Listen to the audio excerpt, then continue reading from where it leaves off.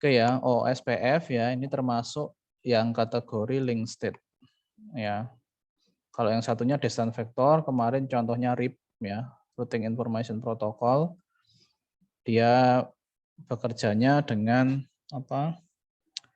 Menghitung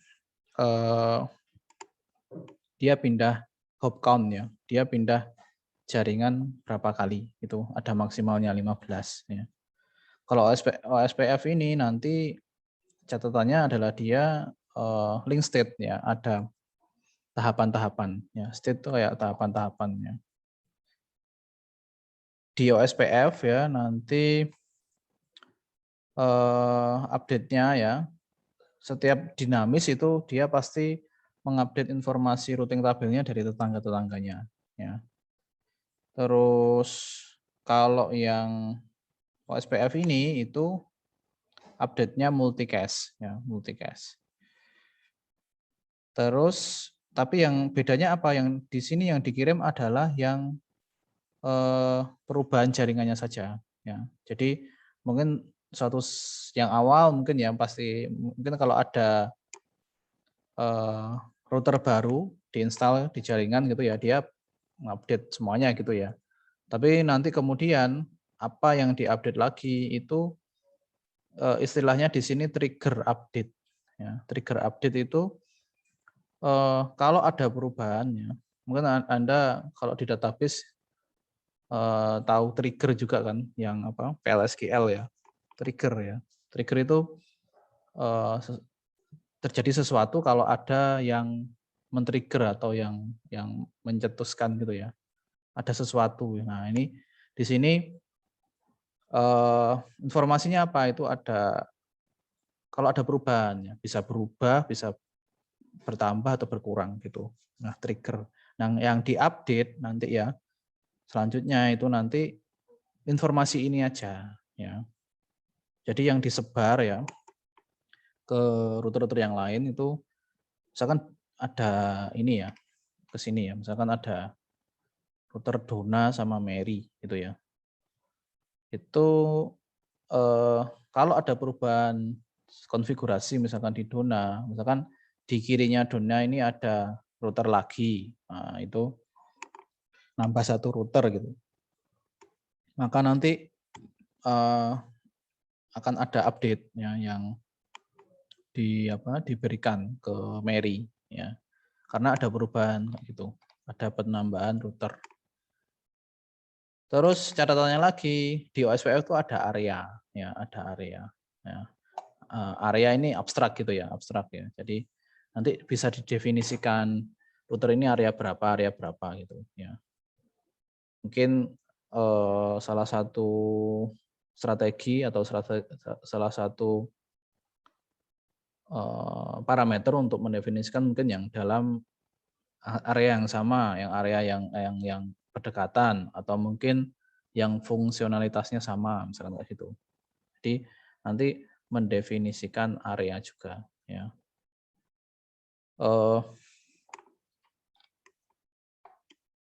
Update-nya tadi ya, yang trigger tadi dikirim ke semua router, tapi dalam satu area saja ya. Jadi walaupun dikirim ke semua router, tapi yang terupdate aja ya, yang ada update-nya aja itu. Enggak semuanya tabel routing yang disebar atau yang dikopikan atau yang diinformasikan ke router-router yang lain. Sehingga dikatakan atau secara bandwidth itu ya lebih efektif, lebih efisien kayak gitu. Konvergennya ya antar router sangat cepat di sini. Terus juga di sini OSPF itu cocok untuk jaringan yang berskala besar ya, yang banyak digunakan ya kalau yang dinamis ya. Salah satunya OSPF ini. Ya. Tapi karena apa dia untuk jaringan skala besar, kemudian ada trigger update tadi ya. Terus di sini konvergennya sangat cepat antar router ya. Dia itu butuh cocok ya atau sebaiknya kalau routernya itu ya seharusnya routernya yang mempunyai spesifikasi yang baik ya, memorinya lebih besar ya, RAM-nya lebih besar, prosesornya lebih besar gitu ya. Itu OSPF. Ya. Kemudian hal-hal dasar ya yang berkaitan dengan link state ini, jadi nanti ada hello paket ya untuk mengetahui keadaan tetangganya ya, apakah hidup atau tidak ya, atau sudah mati kayak gitu. Jadi kayak mungkin kayak semacam ping ya kalau kita mengecek komputer lain kan kayak gitu ya. Tapi kalau di sini hello paket ya, mengecek router tetangganya ya. Kemudian namanya hello packet, ada juga hello information sama LSA ya, link state advertisement ya. Nah, ini nanti yang disebar ya, itu nanti yang akan membentuk sebuah topologi database network-nya gitu. Terus algoritmanya yang kemarin ya sudah disampaikan ya, shortest path first ya. Dia nanti menghitung metrik gitu ya. Misalkan dari titik A ke titik E misalkan. Misalkan ada banyak jalur kayak kemarin ya, yang masih ingat di contoh ada banyak jalur itu yang terbaik yang mana nanti dikalkulasi ya oleh routernya. Itu terus di routing information itu ada juga yang namanya administrative distance ya. Nah, itu beda-beda. Administrative distance itu kayak routing information pada router ya yang memiliki tingkat kepercayaan ya atau trustworthiness ya yang berbeda-beda.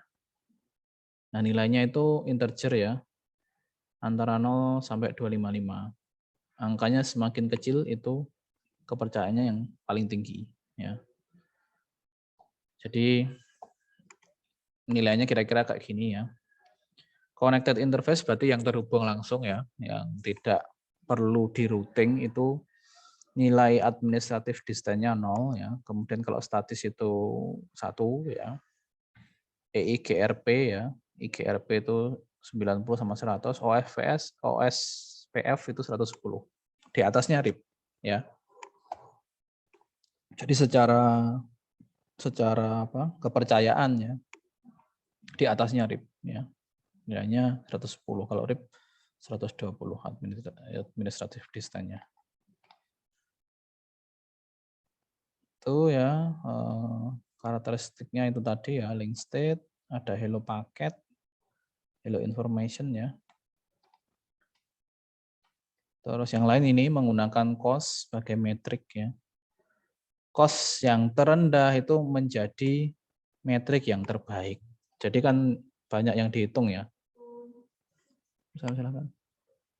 Kayak apa round trip-nya, bandwidth-nya ya, interface-nya gitu. Dia tidak memiliki hop count, beda dengan RIP ya. Kalau RIP hanya bisa menjangkau 15 hop count ya. Pindah jaringan ya, kayak pindah jaringan 15 kali kayak gitu ya kasarannya. Terus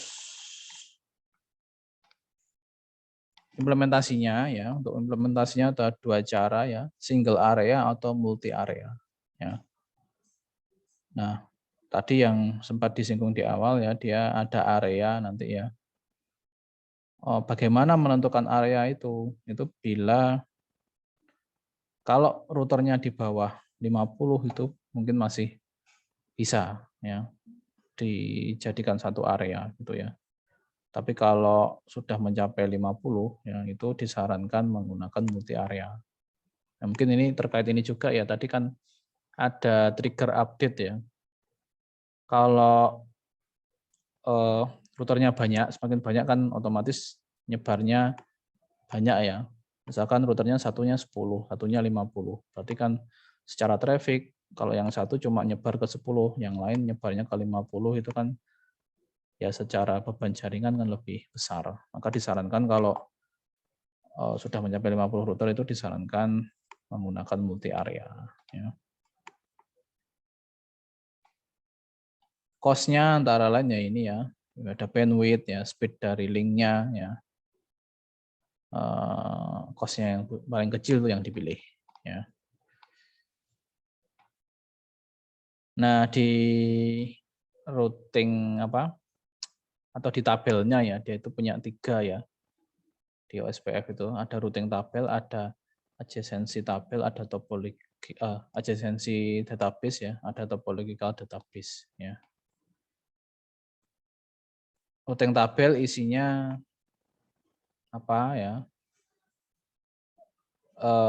The lowest cost ya, untuk mencapai router-router atau network lain. Jadi kayak perhitungan ininya ya, menuju router lain atau network lain itu berapa gitu. Kemudian adjacency tabel database-nya itu berisi semua router tetangganya ya. Karena berisi informasi router tetangganya, maka setiap router ya punya adjacency database yang berbeda. Satu lagi topological database-nya ya. Berisi seluruh informasi tentang router yang berada dalam satu areanya ya, gitu.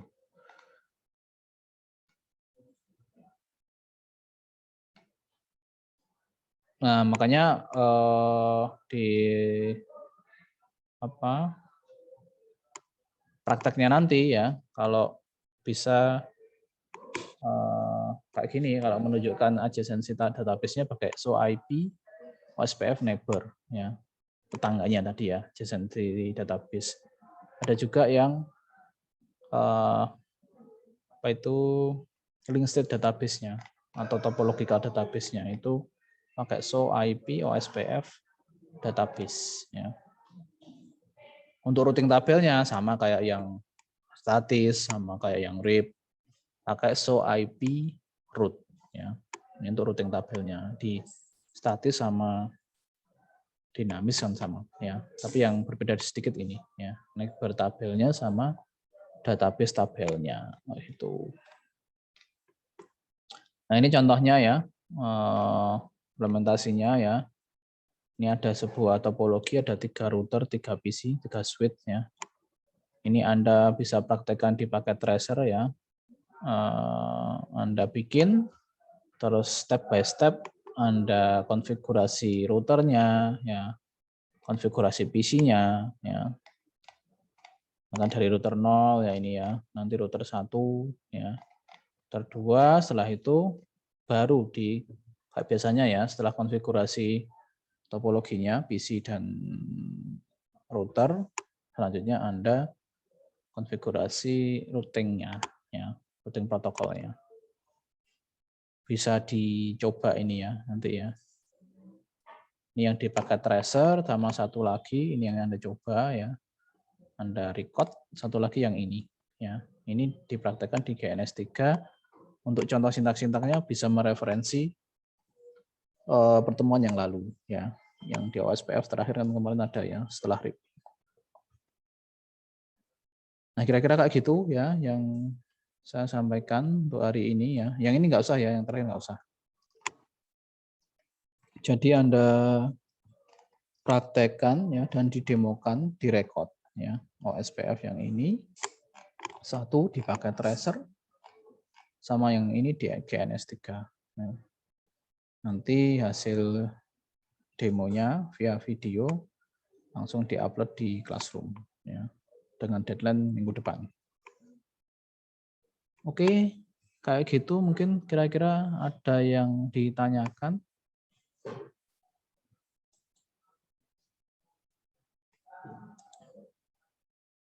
Yang online ini kira-kira.